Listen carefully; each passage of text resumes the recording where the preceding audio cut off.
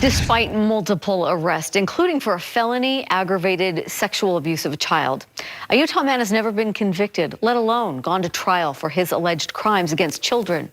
Every time it came down to competency. But Jonathan Soberanis now faces federal charges, which some hope change everything. KSL investigator Courtney Johns explains. The federal prosecutor has compared the question of competency in Jonathan Soberanis' case to that of Brian David Mitchell, the man who kidnapped Elizabeth Smart. Now, you may remember, Mitchell was found not competent to stand trial in a Utah court, but then he was charged in federal court. Federal evaluators then deemed him competent, and he was convicted. That example has one mother saying she is not giving up hope. We love this place. It's been our home for 7 years. A place once simply called home. I never thought this is where we would be from it either. For Stephanie Davis, the word home now has a heaviness to it. Who is this guy? What did he want? Why was he here? In January of 2022, Stephanie's 7-year-old son phoned her, saying a man was looking through their window, trying to get in. He just knew he was in danger. Stephanie and her husband called police and rushed home.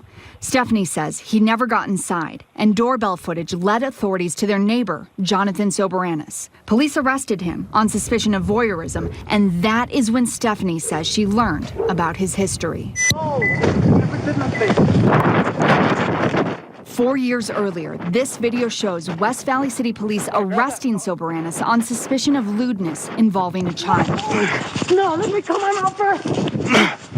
Please, let me call my mom. Initially, he is heard saying he thinks he is in trouble for exposing himself to a boy at the Southtown Mall. You're going to get more charges. I need a lawyer. But he soon learns officers are there because a father reported he caught Soberanis looking underneath his son's dressing stall at the West Valley Recreation Center. Were you masturbating? Yeah? Okay. Then in 2021, police are called about an incident involving a 5-year-old at the Lehigh Legacy Center. They arrest Soberanis on several charges, including aggravated sexual abuse of a child, a first-degree felony. This is what happened when police tried to arrest him at his home the next day. In the last 10 years, Soberanis has been charged on at least 5 separate occasions with committing crimes of a sexual nature involving children. In 4 cases, he was found not competent to stand trial, and his cases were dismissed. Court records show past court-appointed evaluators reference several potential diagnoses, including autism, depressive disorder, and ADHD. He's competent. He has to be. Stephanie's case is one of those 4. But a 5th case is still ongoing, this time in the federal court. Investigators claim Soberanis used a New Zealand storage platform with end-to-end encryption to download and distribute child pornography.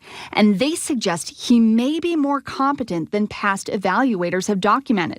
And unlike his other cases, Soberanis is now being evaluated by federal experts outside of Utah, which gives Stephanie hope of a different outcome. He deserves to be sentenced for every one. He thought he was getting kidnapped. Regardless of what happens, she is focused on her son, who spent months after his encounter setting up makeshift traps around the house. Anything that in his mind would bring him safety, that he could catch the bad guy. It's easier to talk about. I don't think I've told anyone that. Now that they're moving. It's hard to think of it being so real. Stephanie hopes their next home won't hold so much pain. Do you really believe that you failed him that night? It wouldn't have happened if we were here. Soberanis has an evidentiary hearing in federal court later this week. A competency hearing is scheduled for November. Deanie, back to you.